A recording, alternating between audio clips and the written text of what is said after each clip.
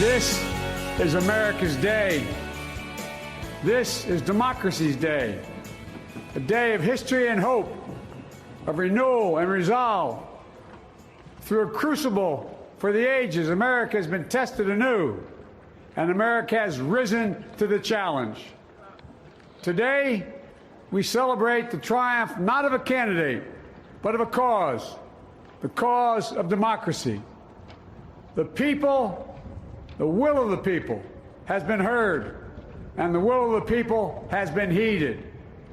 We've learned again that democracy is precious, democracy is fragile, and at this hour, my friends, democracy has prevailed. Wow. Welcome to the Bulwark podcast. I'm Charlie Sykes. This is how do we describe this? Day one, day two of the new era. And just like that, Donald Trump is gone. Am I the only one who feels a little bit disoriented? This whiplash of the transition between these two administrations. I mean, the contrast is so dramatic. It's just so amazing. Watching in the morning, Donald Trump leave office, this small, diminished man, Joe Biden coming in. And I'll be honest with you, my expectations for the inauguration were very low, so they were exceeded. But it is remarkable how fast things have changed. And I think there is a kind of a disorientation, a little bit of a hangover, seeing this transition. You hear the phrase, the return to normalcy. But it feels somewhat more profound than all of that. So we're going to talk about that on the Bulwark podcast. And a little bit later, we're going to be talking with Democratic Congresswoman Abigail Spanberger from Virginia, who's going to play, I think, a very important role in the future of centrist politics in America. We will be talking with her. But I want to start with talking about this remarkable day and what it feels like to realize that on that helicopter, that was Donald Trump. Headed off into the sunset. Chris Wallace from Fox News thought that this speech was one of the best he had ever heard. I'm not going to go that far, but I will say it met the moment. And by the way, I have numerous takes on our newsletter. Those of you who have not yet signed up for Bulwark Plus, we would appreciate your membership, and part of the membership involves being part of this effort. If you're a member of Bulwark Plus, you were able to participate in the live stream that we did last night, trying to make sense of this remarkable day. You can. It's still going to be online. Some of us actually dressed up for the occasion. Others not so much. But obviously, this fight's not over. People had asked, what do you never-Trumpers going to do after the election, after Trump leaves? Well, the fight against crazy is going to be ongoing, and it is not going to be an easy fight. So let's listen to what Chris Wallace had to say, because of course this is making heads explode on the right, because this is Fox News, and Chris Wallace was very, very impressed with the speech. Let's play Chris. I thought it was a great speech. I've been listening to these inaugural addresses since 1961, John F. Kennedy, Ask Not. I thought this was the best inaugural address I ever heard. Obviously, a lot of this event today, a lot of the president's speech was colored by the emotion of the fact that exactly 2 weeks ago, 14 days ago, there was a mob of thugs, of insurrectionists, of domestic terrorists on the inaugural stand, and Joe Biden was saying that democracy prevailed. We were able to get through that, and he was talking about how we need to get through that in the future if we are going to be a united country. He talked about white supremacy, domestic terrorism. He said we must confront it. We will defeat it. My whole soul is in this, uniting our people. I think it was less an inaugural address and more part sermon, part pep talk, talking directly to the American people, saying, hear me out. We have a right to dissent peacefully, but our disagreement must not lead to disunion. No, I think that's right. There were not a lot of policy prescriptions in that, but it was this call to America to be America again. And I just was struck by so many things. I mean, look, the January 6th attacks, the backdrop to everything that happened. I mean, we talked on the live stream last night. Does symbolism matter? The symbolism of the president going to church in the morning with the leaders of Congress of both parties. Yeah, I do think that the symbolism of the day mattered. In fact, I think that January 6th made it seem more important. I was sitting with my wife. We were watching the inauguration. She says, I can't remember the last time I actually watched an inauguration. I said, yeah, that's the same thing because it's kind of routine. But yesterday, it did feel urgent and it felt fresh because we knew it represented something much more fragile than we had ever imagined. And it was hard not to have the images of the attack just 2 weeks before, the Trump flags waving. And so when you saw all those American flags there, it felt like a moment of redemption. I will say that one of the things that struck me was the way in which Joe Biden is taking the flag back. I know this is kind of an obsession of mine, that the America, it's our flag. You don't get to co-opt it. And there had been a while where it felt like the MAGAverse was going to make the flag their own. But no, he's taking it back. He's also taking back this American narrative of what America is, what makes America great. And look, I'm going to be a fanboy here. I'm not, because I think there's going to be a lot of ways we disagree. But yesterday was an extraordinary moment, because of the contrast of his graciousness versus the petulance, the empathy versus the bitterness, but also the moment. I mean, this was a speech in the moment of all of the challenges that Joe Biden faces. And Joe Biden faces, these multiple challenges. You have the pandemic, you have the economic crisis, you have a political crisis, you have all of this at once. And you felt the weight. You really did feel the weight of it. But also, look, let's not be naive about all of this. The honeymoon is going to be very, very short, and the toxic right-wing media ecosystem and its misinformation is not going away. This has not been a wake-up call. And so I tweeted this out last night that Rush Limbaugh has been saving the worst for last. And I understand some of you may think that that's harsh, but I have to say that I'm amazed that knowing his situation, that Rush Limbaugh has decided to double down on the worst aspects of his political commentary. So, in case you missed it, here's Rush Limbaugh last night talking about really continuing to challenge the legitimacy of the election and spreading this kind of misinformation. This is Rush Limbaugh. I think they know that they are not. You got to be very careful here in the words I choose. I think they know that this is something that's been arranged rather than legitimately sought and won. And you can see this in their attitudes, in their smiles. You can see it, hear it in the words that they are uttering. No, Rush, you can't. And this is the same double down bullshit, but this is part of the world that we live in. So a couple of other things have happened over the last 24 hours that are at least worth noting, including the way that the Trumpist right is kind of splintering, at least parts of it. The QAnon supporters were really, really, really disappointed that the storm had failed to come, that there was no bloody coup. That there were no mass executions or arrests. Many of them were stunned, and on the boards were like, well, it's going to happen at noon. It's going to happen at noon. How can this possibly happen? What? Really? We were lied to? Really? Well, now I'm the laughingstock of my whole family. Interesting headline in the New York Times, a total failure. The Proud Boys now mock Trump. So the Proud Boys aren't that proud anymore. So because they're thinking that they have been betrayed by Donald Trump and that he is a loser. Now, does that represent the hardcore of Trump world? No. And also they may go off into some other even more dangerous corner. But it is interesting watching what happens when people are invested in a complete delusion. What happens when reality strikes? And this is something that I've been talking about for some time. So there's that development. Also, for those of you that follow political narratives, Remember, through much of 2020, the Trumpist line was that Joe Biden was the Antifa candidate, and they blame everything on Antifa, and they are obsessed with Antifa. Well, the Antifa folks are out in Portland, Oregon, and they are attacking the Democratic Party headquarters.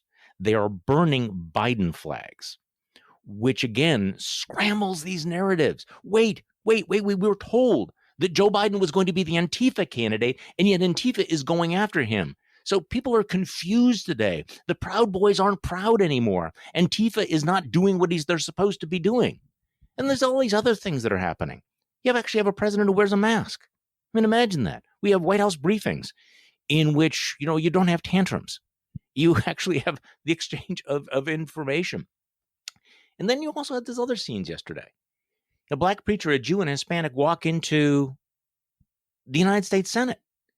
And they're sworn in by the first African-American, Asian-American female vice president. Look, I mean, this transition of power was obviously more than just symbolic. The Biden folks are not kidding around. They're moving very, very quickly.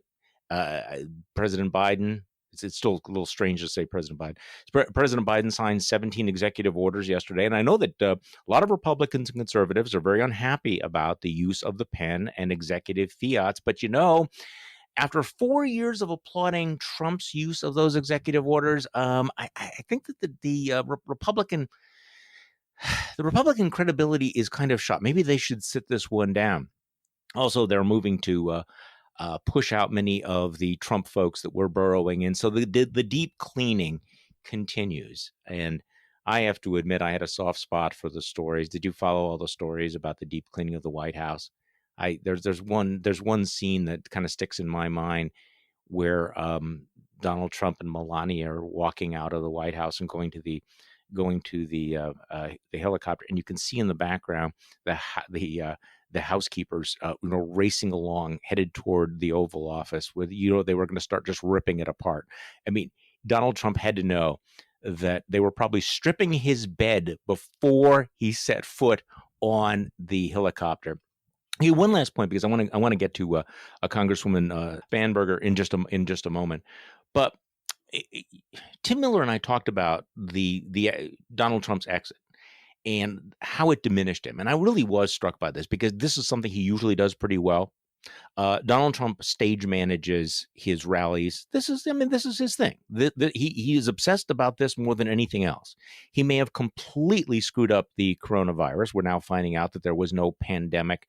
There's no vaccine distribution system, but he knows how to stage manage things, and yet he managed to stage manage his departure in such a way as to make him look even smaller than he was. But and I talked with Tim about that yesterday.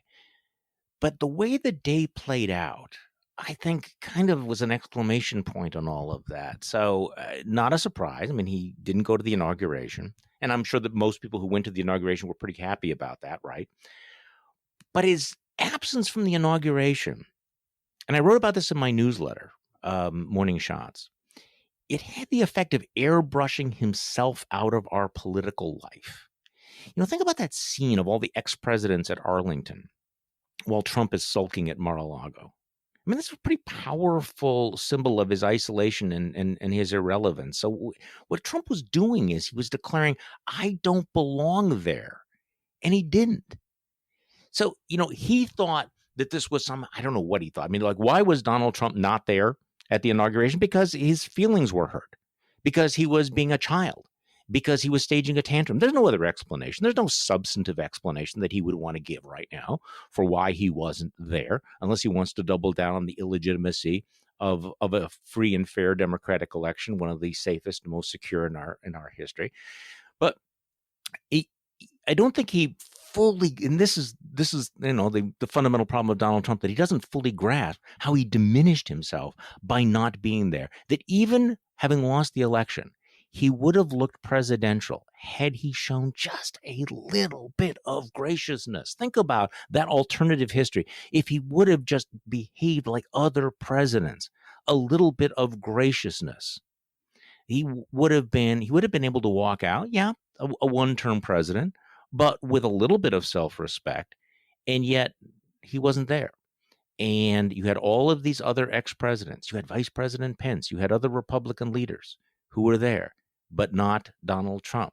And it was, the Soviets are famous for airbrushing out leaders who had fallen out of favor. They take them out of the portraits.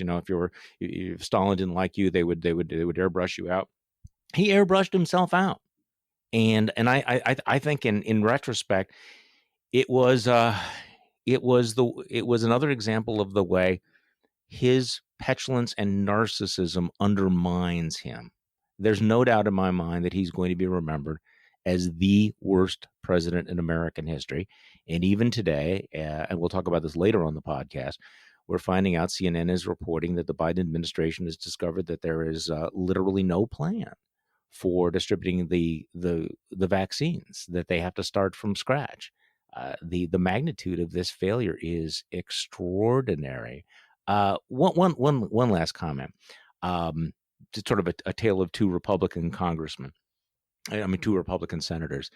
I thought that Roy Blunt, who I really don't know that well, senior senator from Missouri, who was a co-chairman of the Inaugural Committee, gave it was a bipartisan, upbeat, really sort of decent speech at the inauguration. And I really did think it was kind of a magnificent troll when you think that his fellow senator from Missouri is Josh Hawley.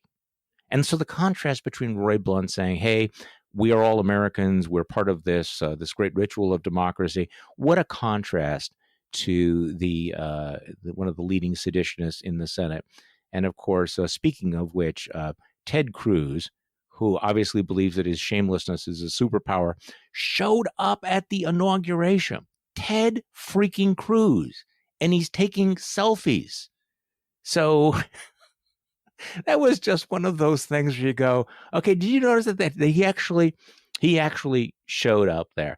I thought it was, look, this may be the shortest honeymoon ever, but you have to say that the Biden folks had a very, very good day.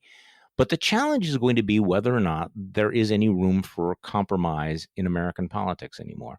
Whether or not the environment is so incredibly toxic that despite all of the great rhetoric and I think that Joe Biden really means it when he says that he wants to unite the country. But, can America be united? Which makes the question of centrism in American politics, I think, so urgent and so interesting.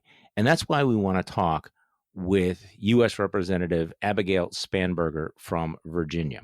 So joining us on day 1, day 2 of the Biden administration, Representative Abigail Spanberger, Democrat from Virginia. So thanks for joining me, first of all, Abigail. I appreciate it very much. Thank you so much for having me, Charlie. Longtime listeners of this podcast will recognize the name because I've mentioned her so many times. One of my set rants has been that Abigail Spanberger ought to be the face of the Democratic Party as opposed to some other folks. But first of all, tell me a little bit about, before we get into this, I want you to introduce yourself to the audience, just a little bit about your background and the district that you represent, because it's a very, very interesting story. You really did represent part of this transition of politics in Virginia, winning a seat that had been held by very conservative Republicans for a very long time, but you've run as a centrist Democrat. So tell me a little bit about that. So my background, and again, Charlie, thanks for having me join you and talk to your listeners. I moved around as a kid. My father was a federal law enforcement officer and my mother was a nurse. And we settled ultimately after moving a number of times when I was growing up in central Virginia, in the suburbs of Richmond. And I always knew that I wanted to follow in my father's footsteps and pursue public service. And so initially I followed directly in his footsteps. And after graduating undergrad from University of Virginia, WAHUA, and getting my MBA at an overseas program in Germany, I started a career as a federal law enforcement officer, a federal agent, just like my dad, working with the U.S. Postal Inspection Service. And I worked narcotics and money laundering cases for a couple of years. But my dream was always to go to the CIA and to work in the Directorate of Operations or the National Clandestine Service as a case officer. And so ultimately, after quite a few years of a background check, my start date came through and I began with CIA as a case officer. And that's the role of the individuals who work undercover and go out and recruit people, foreign nationals, to commit espionage on behalf of the United States, essentially to allow us to make good, informed decisions. And so I was undercover for the entirety of my time with CIA. I worked on a whole host of issues, counterterrorism, of course, for the entirety of my time, but I worked on Iranian nuclear issues, leadership issues, and throughout the world, narco trafficking throughout Central America. So really understanding and working to understand and working to answer some of the hardest questions that, at that time when I was off, on these adventures, my goal was to make sure people really understood what was happening. And so fast forward a number of years, in 2014, we were living on the West Coast here domestically in the US, and decided, as we were thinking about where we would go next with CIA with my career, after a long conversation, decided to move back home to Virginia, take a step away from public service. I had done so many of the things I believed in and thought were important. And our daughter, who at the time was 6, said to us, well, can we go to Richmond, Virginia with mommy's job? Can we go home to Virginia? And we said, oh no, we'll never do that. Not with mommy's job. And she said, well, everybody we love lives in Virginia. Why wouldn't we go there? And so it was, for somebody who had been so focused on, all the places I wanted to go and all the things I wanted to do, it was actually a really thought-provoking thing to hear my daughter say that. So we actually decided to kind of take a step away and move back home. And I got a job in the private sector. And then, after the 2016 election, I'd been working in the private sector. I had become a Girl Scout leader, really leaning into my community service as opposed to, my national service, public service. But I saw that there was this move towards just making everything political and everything partisan and everything, very black and white and binary. And having been an intelligence officer, I know that is just not the way the world is. And so these same people who I had been collecting information to help them be informed and to help them make good decisions, were making decisions that I thought were not only bad, but short-sighted and in some cases dangerous. And so it was a bit of an evolution, but I ultimately decided to run for Congress in the district where I grew up in and my husband's born and raised. And that district, it is in Central Virginia. It's a long, skinny district. We have 10 counties in total. The population's majority in the suburbs of Richmond, but the landmass of our district is majority rural. And so I represent an incredible mix of suburban growing communities and vast, amazing farmland. And we have really just even a diversity of crops. We've got a lot of row crops, cattle operations, chicken farms in different portions of the district. We've got a large horticulture industry in our district. And so the scope and the size is really incredible. It's also a historically, as I like to say, a historically Republican voting district. Well, that is what's so fascinating about this district. Now Trump won this district, I assume, right? Your district? So in 2016, Trump won this district by almost 7 points. In 2020, he did not. So Biden, I will say, eked out a win. I did outperform Biden in our district in 2020, but he did eke out a win in our district. So just for people to know the background of this district, This is the district that was represented by Eric Cantor, who was the majority leader in the House. And you might remember what an earthquake it was when Dave Bratt defeated Eric Cantor, shocking the world, defeated him in the primary. So this is not just an historically Republican district. This is a storied Republican district. That's right. And so it was really eye-opening when any Democrat won in the district that people thought that Eric Cantor had owned. And of course, then it seemed to be moving hard to the right. And then suddenly we have this centrist Democrat there. That's right. It was the first, I was the first Democrat elected since 1968. And this had been Republican held, as you mentioned. Eric Cantor had been majority leader, who was on path to being Speaker of the House at the time, and he lost in a primary from the right.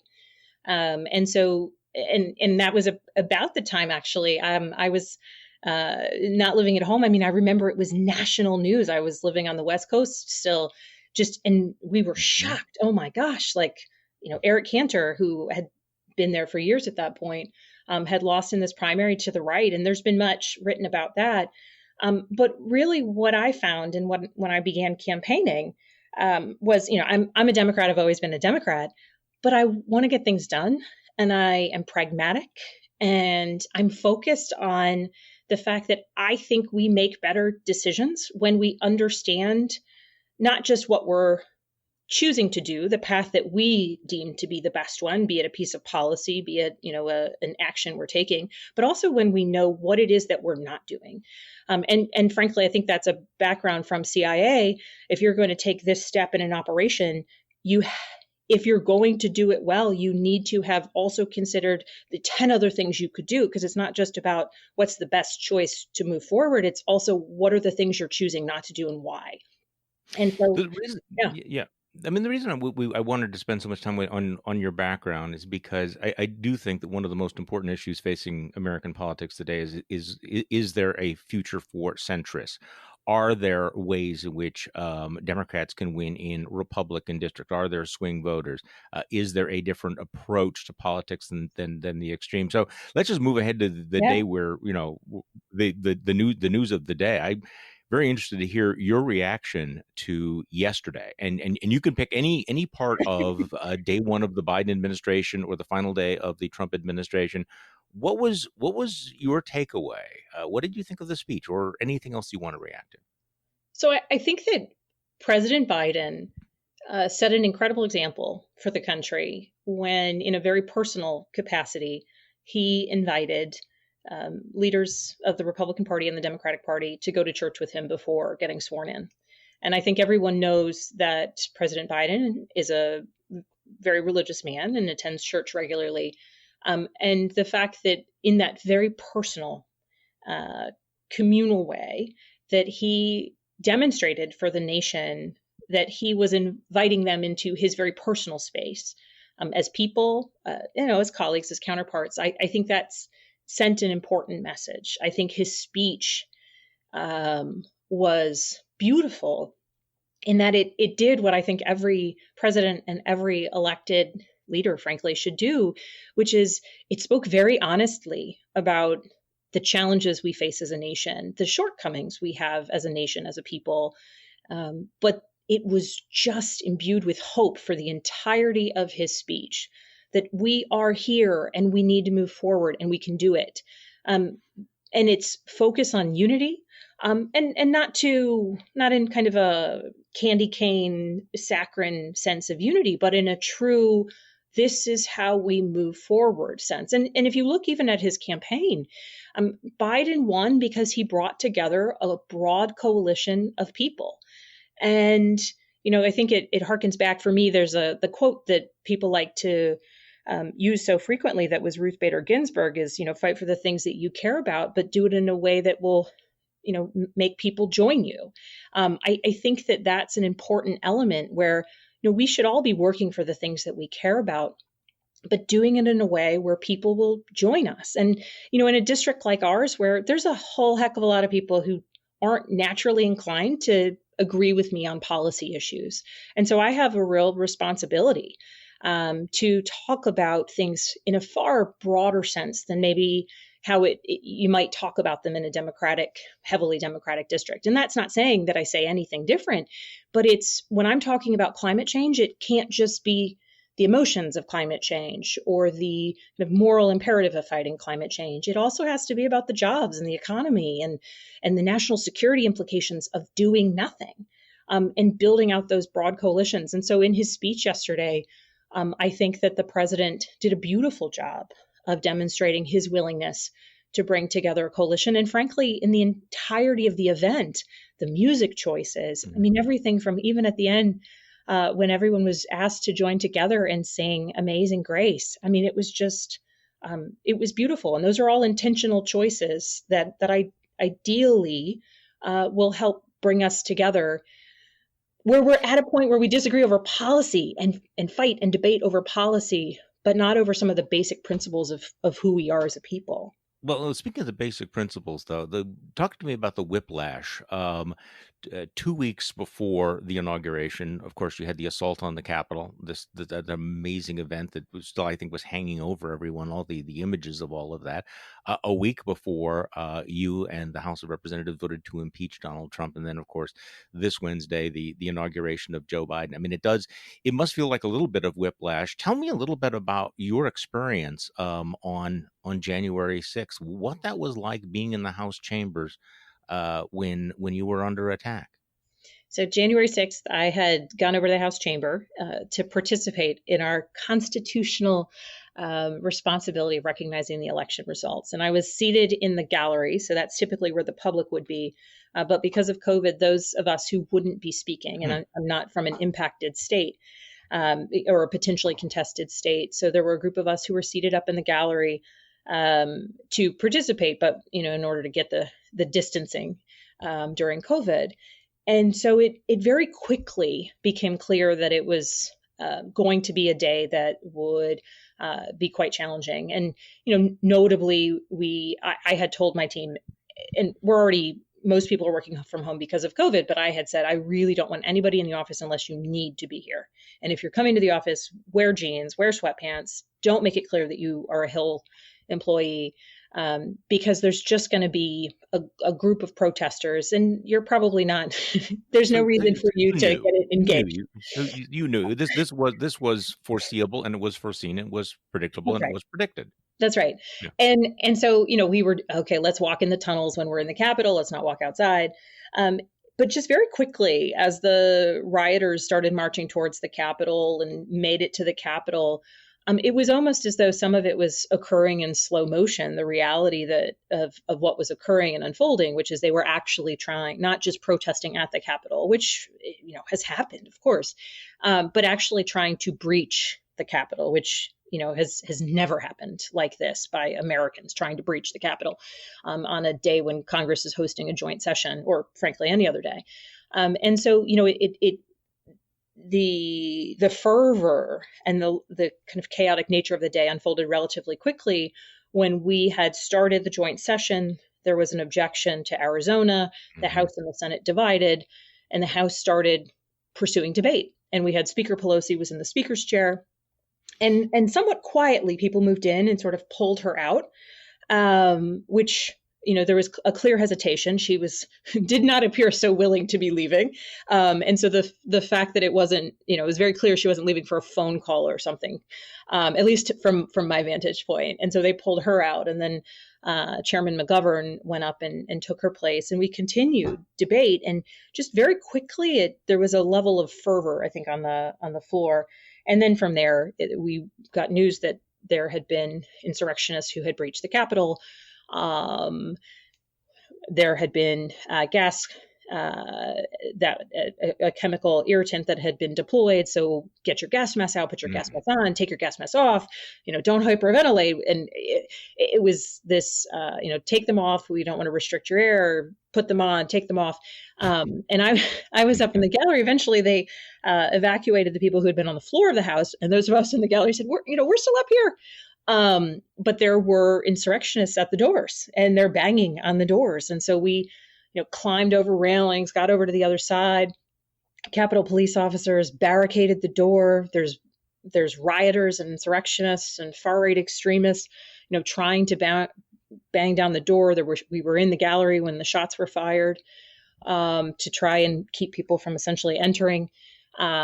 And get down. It was chaos. And, eventually we were able to get out a back door. And as we were evacuating out the side door of the gallery, there were insurrectionists all proned out on the ground. There were police, I believe it was Capitol Police and DC Metropolitan Police at the time.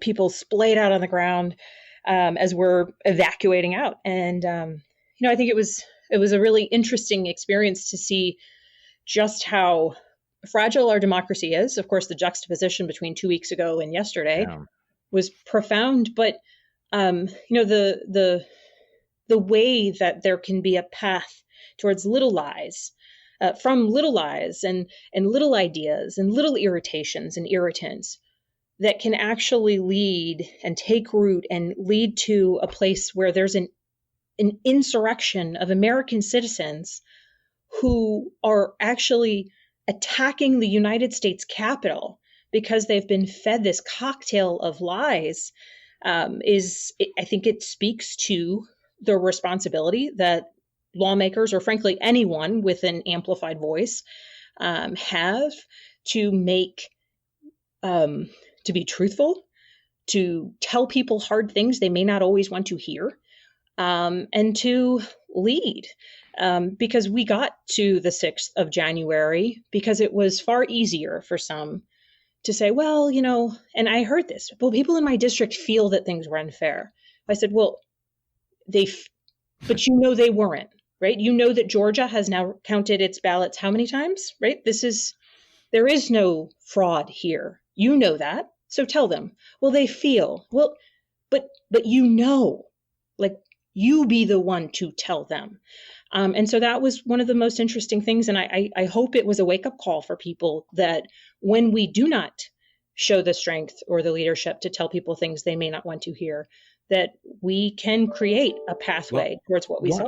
One would hope, by the way, I think this is a really important point, how the small lies become the big lie. And we'd become so inured to all of the lies, and people would, simply shrug that when you had a president of the United States who was this vector of disinformation and just lied on a routine basis, that it became sort of the background noise, but there were real consequences. And it was, but you would think that people would have learned their lesson. And you mentioned you'd hope it would be a wake up call, but it wasn't. And that's what I wanted to ask you about. So you go through all of this experience, which everybody knows. I mean, we know what happened.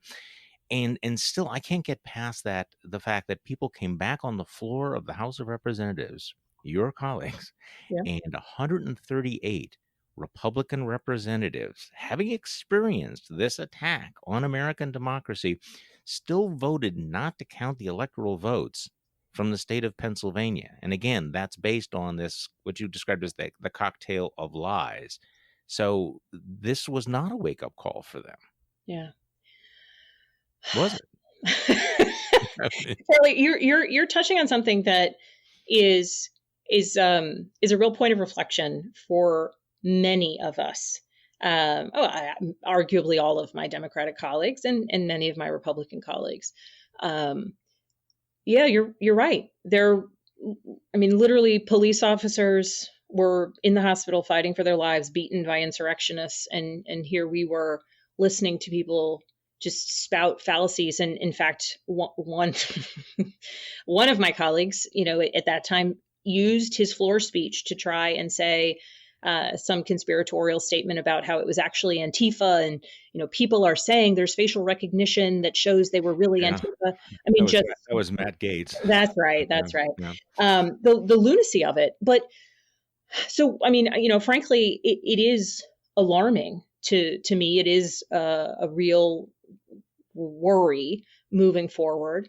And so, I think we're going to be seeing over the next month whether or not there seems to be a desire by some to potentially forget all that happened, which is also a challenge in and of itself, because when it comes to that point of telling the truth to voters, we can't just pretend that none of it happened. We can't just say, okay, well, now we have a new administration, so we're just going to forget that so many members of Congress, as there was still shattered glass, basically didn't uphold their oath to the Constitution, right? Because their constituents feel a certain way because they hadn't told them the truth, right? And that's where we got. And when we have hard conversations about climate change and healthcare and how to deal with COVID, when we have colleagues who don't want to have hard conversations about the fact that, I hate wearing a mask. It's uncomfortable. It seems impersonal. I don't like it either, but it saves lives. So let's do it, right? Like That's the most basic level of leadership that we're going to need to see. Exactly. So, Joe Biden is making this appeal for unity. He obviously needs, and he seems to believe that he can get some bipartisan support, that maybe the fever will break at some point. And of course, the House is very different from the Senate. So let's just talk about the House. How does a House of Representatives, like the one you're in right now, how does it deal with these other substantive issues when you don't have these sort of basic levels of, being able to, acknowledge the same reality? What are the prospects that there will be any Democrats that will support the initiatives of the Biden administration? What are the prospects for bipartisanship in the House of Representatives right now? I think some of it will be. I'm going to maintain my optimism that I think there is strong opportunity for bipartisanship, and certainly there will be some of my colleagues, and we've already seen some of them, and the who are railing against a Biden administration before he comes in. But I do think that there is a significant amount of room for bipartisanship, and just to kind of frame it as to why I think that's important. When you look at history, shorter term, longer term history, when we have worked as an American people, when legislators have worked to build broader coalitions around issues, we have created long-lasting pieces of policy that serve a good in this country, and that are not subject to just partisan beatings. And I'll use Medicare, Social Security. I mean, Medicare in particular, that was passed with a Democratic House, Democratic Senate, Democratic president, and could have been pushed through in a partisan way, but at the time did pass with Republican support in the House and in the Senate. And I think that when we generally look at the state of where we are and where we have been over the decades since Medicare went into place, I think part of the reason that it was a successful program and a well-respected program, not immune to challenges or criticisms, but certainly a successful program that has had a tremendous purpose in our country. I think part of the reason why that's the case is because there was a significant coalition behind it from its inception. And if you unlike Obamacare, unlike Obamacare, unlike the ACA, where that program was seemingly partisan from the beginning, and I think that because of the nature of the composition of the House of Representatives and the Senate, so we the Democratic Party have the majority in both, but it is a slim majority. Right. And particularly when you look at the voting rules and the thresholds you need to make on the Senate side, there will be many places where we will have to get support, at least from some Republicans. And so some of the steps of just actually saying, okay, I've got this bill, I'm working on this bill. This is, I have concocted it as I think it's perfect. So now let me talk to my colleagues who might have a different ideological, position, who might be more conservative or more liberal or more this or more that. What do they think of it? How do I bring more people to the table? And I think that at times we can focus on my perfect piece of legislation is exactly as I want it. And even with the COVID relief packages, people were on both sides of the aisle. If we are both a little bit unhappy, it means we have legislation that across the board could garner pretty significant bipartisan support. I'm not saying that we should pull back on our goals or our priorities, but I am saying that we should take the time to say, this is my goal. This is how I think we should pursue it. What do you think? And we may disagree 9 out of the 10 times, but it might be that some of those colleagues across the aisle on that ninth, 10th time give feedback that, my perspective as a Democrat, as a Virginian, as a woman, as an intel officer, as a this, I didn't see it from that angle. So you know what? I can make significant shifts or some shifts to my legislation if it's going to bring in additional people. And I think that's the way it should work, right? I mean, this is the way it should work, but is it the way it actually works? Because what I'm seeing is is a Republican caucus right now that is looking for heretics, and that anybody that crosses over, will be regarded as a betrayal. I mean, look what's happening. You're having this move to oust Liz Cheney because she broke ranks. What happened to your fellow Virginia Congressman Denver Riggleman when he stood up against QAnon and the other, nut jobs out there. So the Republicans seem to be demanding they have decided that compromise, what they said a long time ago, compromise is a really, really dirty word. And any sort of collaboration with you Democrats is a form of betrayal. I mean, isn't that the reality? Sadly, that is the reality for many people. And frankly, it is in part a result, getting a little off topic, of the gerrymandering that we see across the country. When you have a legislative body where, hundreds of the seats, frankly, where, fewer than maybe 20% of members are in actually competitive districts, it becomes a different type of conversation. And that's what makes you somewhat unusual, right? Because you are in a competitive district. For most, as you point out, most representatives are more concerned with a primary than with a general election. You're in a district where you actually need to worry about a general election. Yes, very competitive general election. Right. But I think the value of that is I represent people across the spectrum, from the furthest left to the furthest right and everywhere in between. And in order to win in my district, again, in a historically Republican voting district, when I come out there and say, this is who I am, and I'm a Democrat, I had different funny conversations with people along the way where people say, well, can you just be an independent because I'll vote for you because I'm an independent? I said, well, sir, I'm a Democrat. Oh, but I like everything you say, but I'm a Republican. So how about you switch to being an independent? I said, well, sir, maybe you're the Democrat. Oh, no. But I think that part of it is that when you endeavor, every day to understand the people that you represent, as I do, and when every day you've got somebody in your district mad at you, as I generally do, it provides a really tremendous perspective, because just as I have constituents across the spectrum, I have colleagues across the spectrum. And so when a colleague objects to a particular thing, I sometimes understand it because it might have already been a conversation I had with a constituent, or conversely, conversations I have at times with my constituents have been informed by conversations I've been able to have with my colleagues, which have been helpful.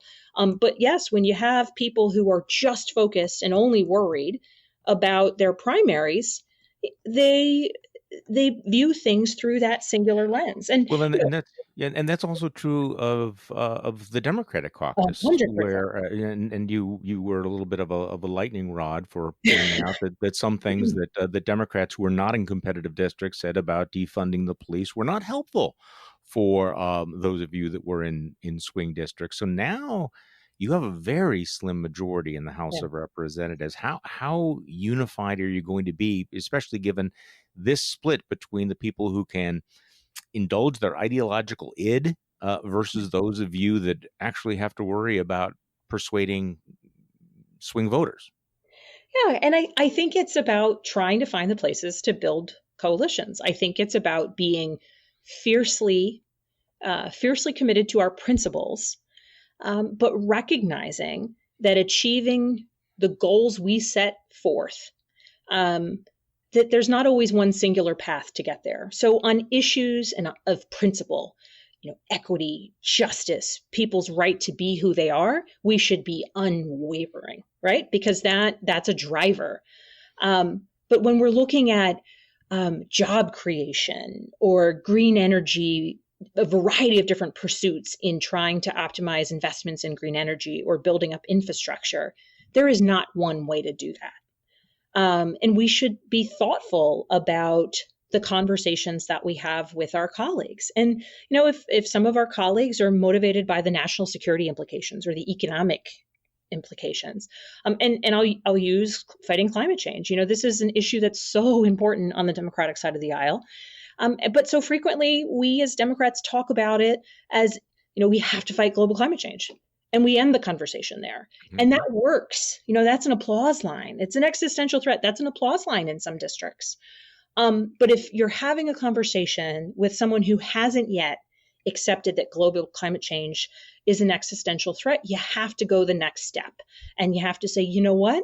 The impact of global climate change is mass migration. And that is a tremendous national security risk and humanitarian crisis that we, the United States of America, will have to contend with and have been contending with, and the geopolitical instability that creates. You know what? When the United States Navy says that rising sea levels are a national security threat, we got to listen to them. You know what? As our economy is changing, and certainly as we've been ravaged by COVID, investing in new infrastructure and more resilient energy lines and new technologies that, yes, are good for the environment, but also create jobs. Like, this is win-win. And so taking those extra steps to have people perk up their ears and say, whoa, I may not have this emotional reaction to the conversation we're having. But yeah, I'm kind of on board with those new jobs. And yeah, I recognize the national security implications of doing nothing. And having those conversations, which frankly take a heck of a lot more time and are harder, but that's being truthful with your voters. And I think that if we do a bit more work in that way, then it becomes harder for us to just turn into our corners and say, oh, well, they care about this and they care about that. And to be clear, there are going to be people who may not want to work in that manner, and that's fine. And there's a role for advocates and activists to push for perfection all the time, right? But there's also a role for people to say, well, okay, I know you want this 100% and you want this 100%. Let's think through where we can get to, if we want to go 10 steps forward, can we move 5? And then make the next plan for the following 5. It occurs to me that what you're describing is a politics of persuasion that it seems like a lost art, because it's hard to persuade as opposed to simply stake out your position and to advocate. And so much of our politics is just simply going for the applause line, going for the advocacy, as opposed to trying to change people's minds. You could tell that, I think one of the big contrasts between Donald Trump and Joe Biden is Donald Trump just stopped trying to persuade anyone. It was just like, we're just going to hammer you in the face, and if you're not with us, we're going to do whatever possible to get your tears. Whereas Biden seems to think that he can persuade. You seem to think we can persuade. There are a lot of people who think that you and the president are quite naive, that we now live in an era in which no one can be persuaded. It's just, we've gone to our corners, and that's what politics is. Smash mouth politics, just pure power assertion rather than argumentation. If I'm to be considered naive, and certainly I know that that's a criticism some would have, I feel as though I'm in extraordinary company with President Biden on that one. And it becomes an issue of, it's hard to say that you were wrong. It's hard to say you don't have 100% of the right answers. It's hard to say, to step away from a tweet that goes viral, or, a good applause line at a rally. But it is a role that we choose to be in as legislators, to legislate and to govern. What I find so interesting is this is the one place, and perhaps, again, willing to accept that I'm wrong, maybe others can see other examples, but I really do think that politics is the one place where we think there should be no compromise, right? I've been married for quite a while to a wonderful husband, and we compromise all the time. I've got 3 kids, and I've compromise all the time, not on issues of principle, of course, but, on what are we going to eat for dinner? What time are we going to eat for dinner? Having worked any job from no matter what business sector, you find commonality, you work through problems and disagreements.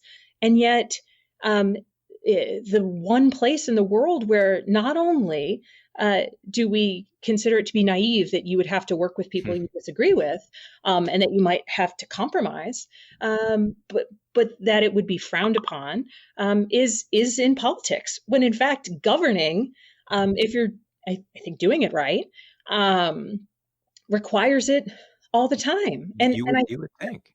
You would think. Okay, so in the time that we have left, I want to ask you about one breaking story because I think that obviously one of the most important tasks that the Biden administration has, that you and Congress have, is getting a handle on the coronavirus Yes. pandemic. We've crossed 400,000 deaths.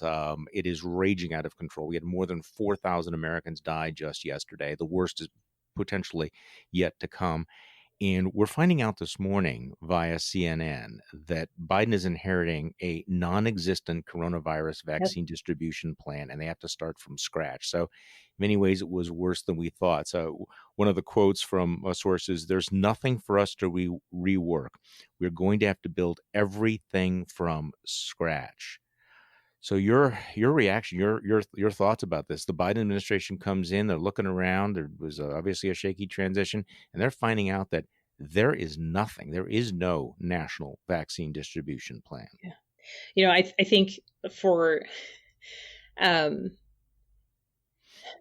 those of us who have had conversations with nursing home administrators or nurses and doctors and frontline healthcare workers and health department officials, and heard the way that they have been fighting and fighting and fighting this virus, trying to protect their people, trying to save lives, and that the White House wasn't doing its part when everyday Americans are giving their lives, giving their all to doing their part of it, is it's such a deep disappointment.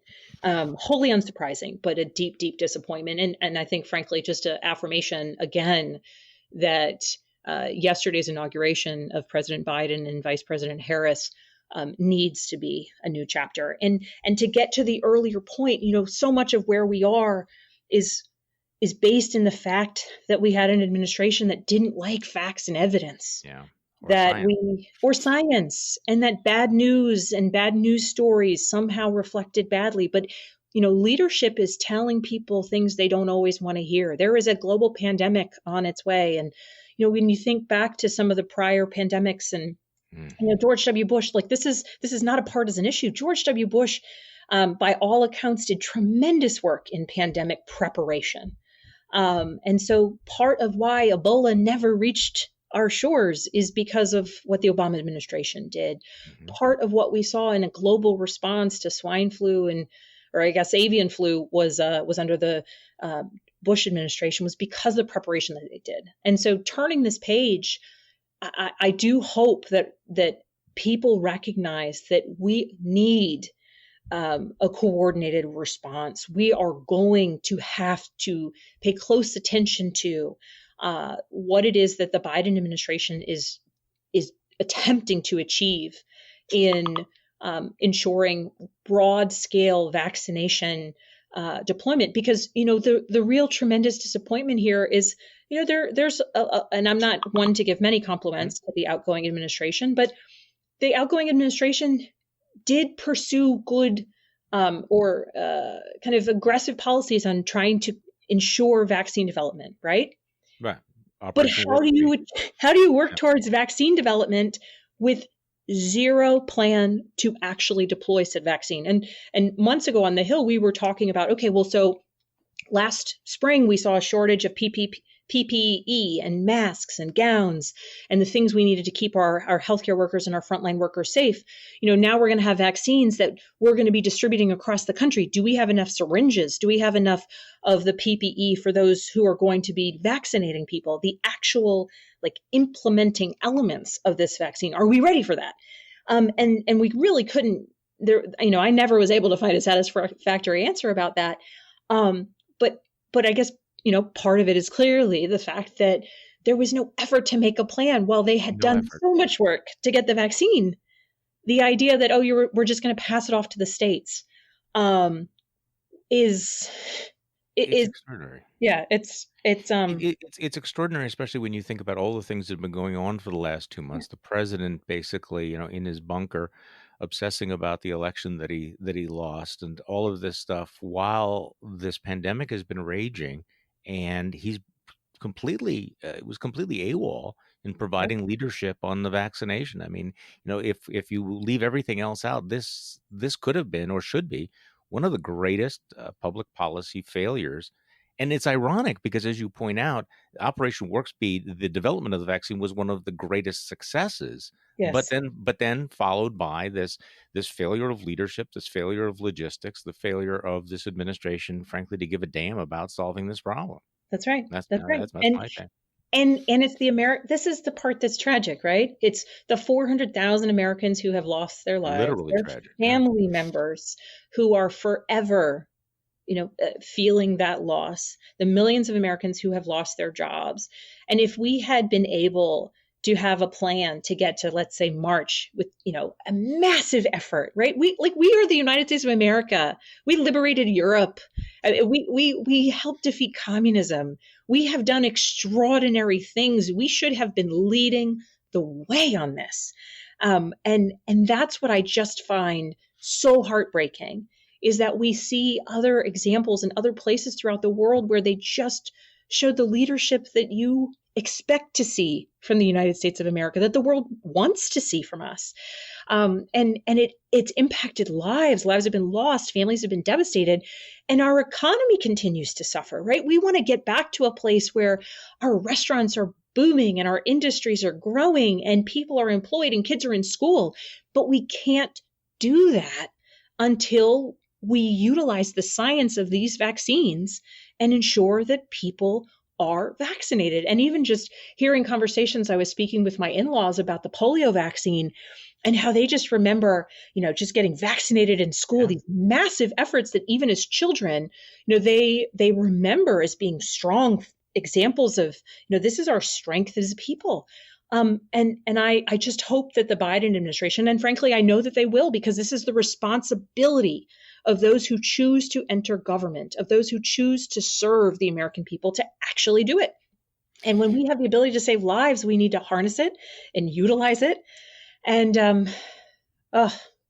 No, it is, but I'm on my soapbox about this, Charlie. it's a clean break, and Yeah. this is one thing that I think historians are going to have a hard time fully grasping, is that the Trump administration, this was job number one. This Yep. could have been a huge success for them, and yet I think it's going to go down as one of the markers of a failed presidency.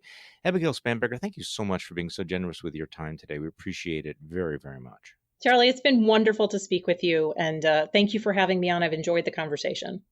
And thank you all for listening to today's Bulwark podcast. I'm Charlie Sykes. We will be back tomorrow, and we will do this all over again.